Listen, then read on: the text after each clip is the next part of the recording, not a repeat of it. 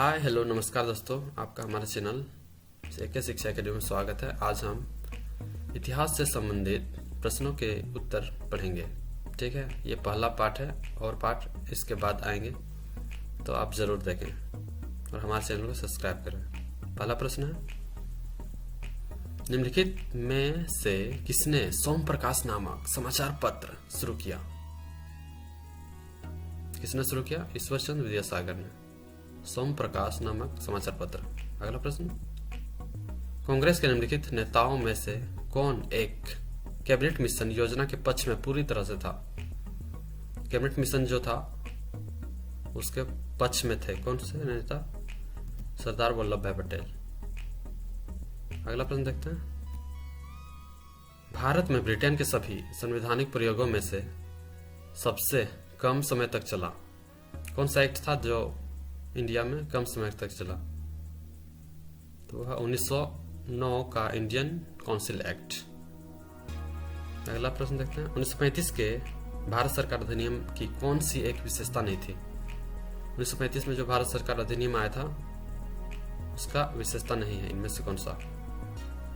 तो वो होगा केंद्र के साथ ही राज्यों में द्वैत शासन लागू होना। ठीक है, द्वैत शासन पहले तो प्रांतों में लागू हुआ था, बाद में केंद्र में आया था, एक साथ नहीं लागू हुआ था, इसलिए केंद्र के साथ ही राज्यों में द्वैत शासन, ये विशेषता गलत है।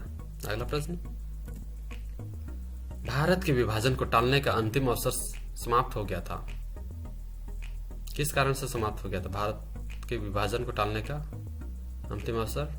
वो होगा कैबिनेट मिशन का अस्वीकार करने के साथ ही कैबिनेट मिशन का अस्वीकार कर दिया गया था, इसी कारण अवसर भी समाप्त हो गया। ठीक है, अगला प्रश्न, मॉन्टेग्यू चेम्सफोर्ड की रिपोर्ट आधार बनी।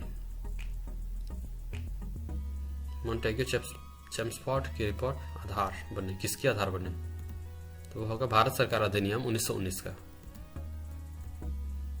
Lectures from Colombo to Almora निम्नलिखित में से किस एक के अनुभव पर आधारित है? Lectures from Colombo to Almora किसके अनुभव के बारे में लिखा गया है? स्वामी विवेकानंद। अगला देखते हैं, निम्नलिखित विद्रोह में से किसको बंकिम चंद्र चटर्जी ने अपने उपन्यास आनंद मठ में उल्लेख कर प्रसिद्ध किया? इनमें से कौन सा विद्रोह था जिसको बंकिम चंद्र चटर्जी ने अपने आनंद मठ में लिखा? तो वह है सन्यासी विद्रोह। इनमें से कौन भारत में मुसलमानों की उच्च शिक्षा के लिए पथ प्रदर्शक बने? मुसलमानों की उच्च शिक्षा के लिए पथ प्रदर्शक बने कौन थे? सैयद अहमद खां। अगला देखते हैं, guilty man of Indian partition पुस्तक किसने लिखी है? Guilty man of Indian partition, तो वो होगा राम मनोहर लोहिया, डॉक्टर राम मनोहर लोहिया। अगला प्रश्न देखते हैं, भारत छोड़ो आंदोलन कब हुआ? ये तो सबको पता होगा, 9 अगस्त 1942 या 8 अगस्त ऑप्शन में रहे तो वो भी हो सकता है। ठीक है, अगला प्रश्न देखते हैं, जयप्रकाश नारायण किस पार्टी से जुड़े हुए थे? जयप्रकाश नारायण किस पार्टी से जुड़े हुए थे? Socialist party. अगला प्रश्न देखते हैं, 1942 के आंदोलन में डॉक्टर राजेंद्र प्रसाद को किस जेल में कैद करके रखा गया था? 1942 में जो आंदोलन हुआ था उसमें डॉक्टर राजेंद्र प्रसाद को कैद करके रखा गया था, कौन से जेल में? बांकीपुर जेल। अगला प्रश्न देखते हैं, वर्ष 1928 में हिंदुस्तान सोशलिस्ट रिपब्लिक एसोसिएशन की स्थापना कहाँ हुई थी? 1928 में हिंदुस्तान सोशलिस्ट रिपब्लिक एसोसिएशन की स्थापना हुई थी, वो कहाँ पे हुई थी? दिल्ली। ठीक है, अगला प्रश्न, गांधी जी के निम्नलिखित अनुयायियों में से कौन पेशे से एक शिक्षक थे? गांधी जी के अनुयायी थे ये सब, तो इनमें से कौन शिक्षक थे? जेबी कृपलानी। अगला प्रश्न, भारतीय स्वतंत्रता संघर्ष के दौरान निम्नलिखित में से किसने फ्री इंडियन लीजन नामक सेना बनाई? फ्री इंडियन लीजन नामक सेना बनाई किसने? सुभाष चंद्र बोस। 1932 के पुणे समझौते के साथ किसका सीधा संबंध था? 1932 का जो पुणे समझौता था इसमें किसका सीधा संबंध था? तो भारतीय दलित वर्ग के लिए ही पुणे समझौता किया गया था। ठीक है, अगला प्रश्न, पुस्तक the story of the integration of the Indian states किसने लिखी? The story of the Indian integration of the Indian states किसने लिखी? वह वीपी मेनन। अगला प्रश्न, किसने कहा था मेरी पीठ पर किया जाने वाला प्रहार ब्रिटिश साम्राज्य के ताबूत में एक कील सिद्ध होगा? किसने कहा था? लाला लाजपत राय। ठीक है, अगला देखते हैं। किस भारतीय राष्ट्रवादी नेता ने जर्मनी और ब्रिटेन के बीच युद्ध को एक ऐसे ईश्वर प्रदत्त अवसर के रूप में देखा जिसमें भारतीयों को उस स्थिति का अपने हित में लाभ उठाने का मौका मिला? कौन थे? सुभाष चंद्र बोस। अगला प्रश्न देखते हैं। मुगल सत्ता की पुनर्स्थापना हुमायूं ने की? कब की मुगल सत्ता? हुमायूं ने 1555 से 56 में। ठीक है, अगला, दक्षिण में निम्नलिखित में से किसके शासन में मुगल साम्राज्य तमिल राज्य क्षेत्र तक फैला? तमिल राज्य तक फैला मुगल साम्राज्य किसके शासनकाल में? औरंगजेब। अगला प्रश्न देखते हैं। इनमें से कौन सा मुगल बादशाह पहले तो अंग्रेजों का कैदी रहा और बाद में जीवन पर्यंत मराठों का पेंशन भोगी रहा?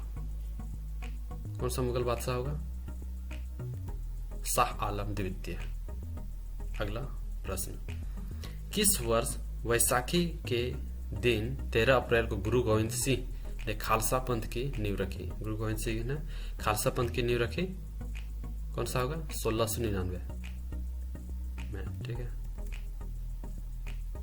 शिवाजी ने मुगलों को किस संधि के द्वारा किलों को स्थानांतरित किया?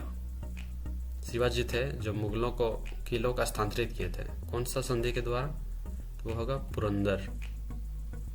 अगला प्रश्न, अकबर के शासन काल में अमल गुजार नामक अधिकारी का कार्य था? अमल गुजार नामक अधिकारी था, उसका क्या कार्य था? भूमि राजस्व का मूल्यांकन और संग्रह करना। भूमि राजस्व था उसका मूल्यांकन और संग्रह करना उसका काम था। ठीक है, अगला प्रश्न देखते हैं। किस मुगल शासक ने जजिया नामक कर पुनः लगाया? जजिया नामक जो कर था वो पुनः लगाया, बंद कर दिया गया था किसी कारण से, फिर उसको पुनः लगाया। तो कौन थे वो? औरंगजेब। अगला प्रश्न देखते हैं। शाहजहां ने इनमें से किस शहर में मोती मस्जिद बनवाई थी?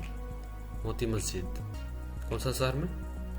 आगरा, जहां पे ताजमहल है। ठीक है, अगला प्रश्न, इन भारतीय शासकों में से कौन अकबर के समकालीन था?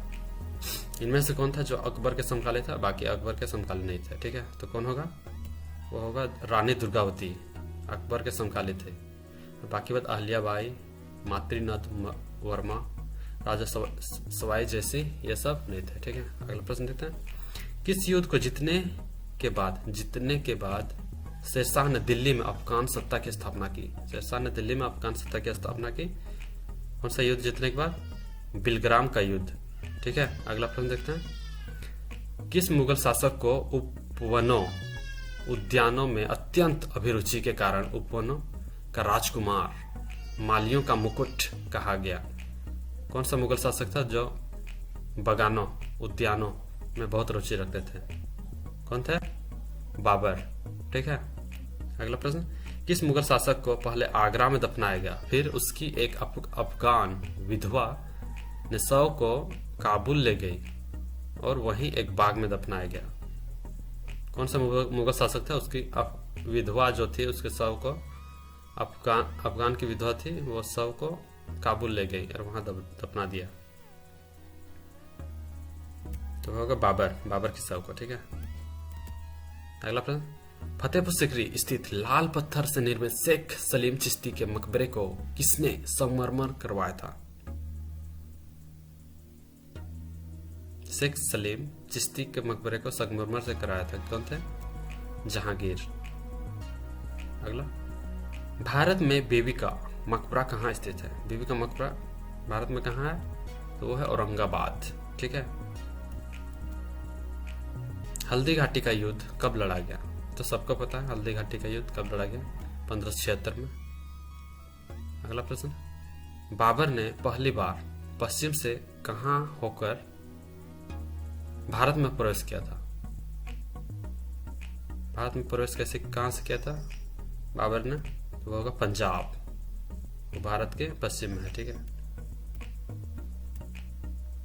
सम्राट अकबर द्वारा किसको जरी कलम की उपाधि से अलंकृत किया गया था? अकबर द्वारा किसे जरी कलम का उपाधि दिया गया था? कौन थे? मोहम्मद हुसैन। अगला प्रश्न देखते हैं, किस मुगल शासक को आलमगीर कहा जाता था? आलमगीर, कौन से मुगल शासक को आलमगीर कहा जाता था? तो वो थे औरंगजेब आलमगीर। किस राजपूत वंश ने अकबर के सामने समर्पण नहीं किया था? अकबर के सामने समर्पण नहीं किया था, कौन सा वंश था? राजपूत वंश, तो वो था सिसोदिया वंश। अगला प्रश्न, गुरु अर्जुन देव समकालीन थे, किसके समकालीन थे गुरु अर्जुन देव? जहांगीर के। अकबर का राज्याभिषेक कहाँ हुआ था? अकबर थे, उनका राज्याभिषेक हुआ था कहाँ पे? कालानौर में। ठीक है। शेरशाह का मकबरा कहाँ स्थित है? सासाराम। अगला प्रश्न, ग्रैंड ट्रंक रोड जोड़ती है, कहां से कहां तक का जोड़ती है? ग्रैंड ट्रंक जो रोड है वो कहां से कहां तक है? कोलकाता से अमृतसर। अगला प्रश्न, किस मुगल शासक का 2 बार राज्याभिषेक हुआ? कौन सा शासक था जिसका राज्याभिषेक 2 बार हुआ, मतलब कि वो 2 बार शासन किया? ठीक है। तो कौन हो गया? औरंगजेब।